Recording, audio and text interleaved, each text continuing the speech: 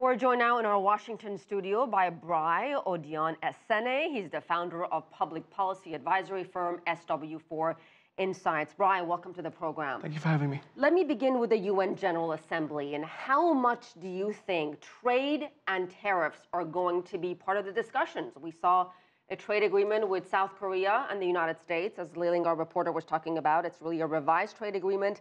But those are not some of the most contentious ones. I'm talking about the ones with China. Yes. Well, as you know, Chinese President Xi Jinping is not attending the General Assembly this week. And so the odds of him and President Trump having that discussion will not happen this week.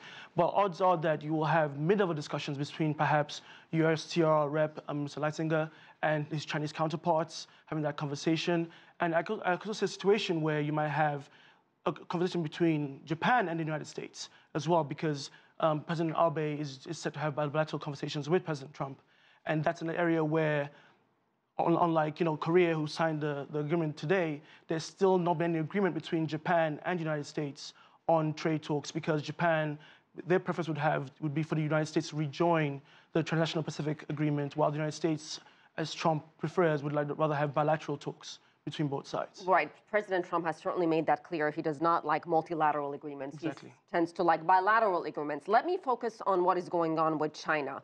The latest tariffs have now been imposed. No resolution in sight, no sign of any negotiation.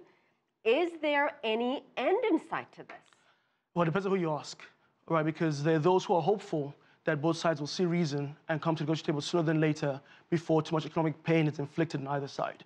But a lot of sentiment, I think Jack Ma from Alibaba said this could be a decades-long conflict, because one thing you see is that on both sides, on the US side and the Chinese side, there's no political incentive yet to come to the table and talk. Well, midterm elections are in November here in the US.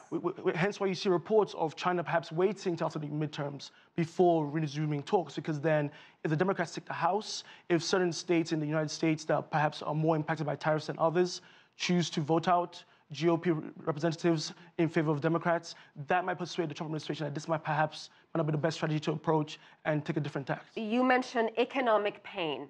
Talk about some of the economic pain that both of these countries, consumers, conglomerates, businesses, farmers, talk about what is likely to happen if this trade war continues the way it has.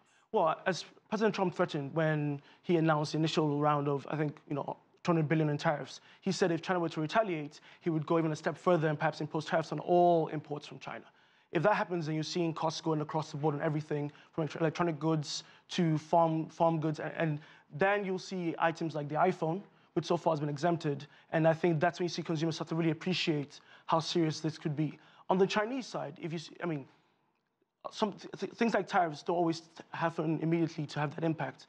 But then if you start seeing companies deciding to move their operations elsewhere, perhaps Vietnam, perhaps Thailand, then you see not just reduced trade between the US and China, but then jobs being lost when if you're Apple and you decide to relocate somewhere else, and then that's a more direct impact beyond the short-term effect we will see. China sells more to US than it buys, which is what President Trump has been talking about, that these are unfair trade practices, in addition to intellectual property theft, allegations, I should say, of intellectual property theft. Will China eventually run out of goods to tax? Well, that's assuming that they focus entirely on goods. Because as you know, the US exports a lot of services to China. So they can be creative in how they respond. So you might get a situation where all of a sudden customs approvals take longer to process. You might get a situation where certain companies have trouble doing business in China. So they could become more targeted in their response versus just raising tariffs on certain goods coming into the country. Brai, what is, in your sense, the worst case scenario here? Have we already crossed that point? Hopefully not. I do believe that right now you have this escalating battle between the US and China. The US is currently engaged in talks with Mexico and Canada on a NAFTA renegotiation. There's a potential that it might impose tariffs on auto goods coming from the European Union, And so I think the worst case scenario is if the US decides to wage a trade war on multiple fronts, where it's in a trade war with the European Union and a trade war Have you ever seen anything like this? Not in every direction. Not in my short time on this earth, I would say that.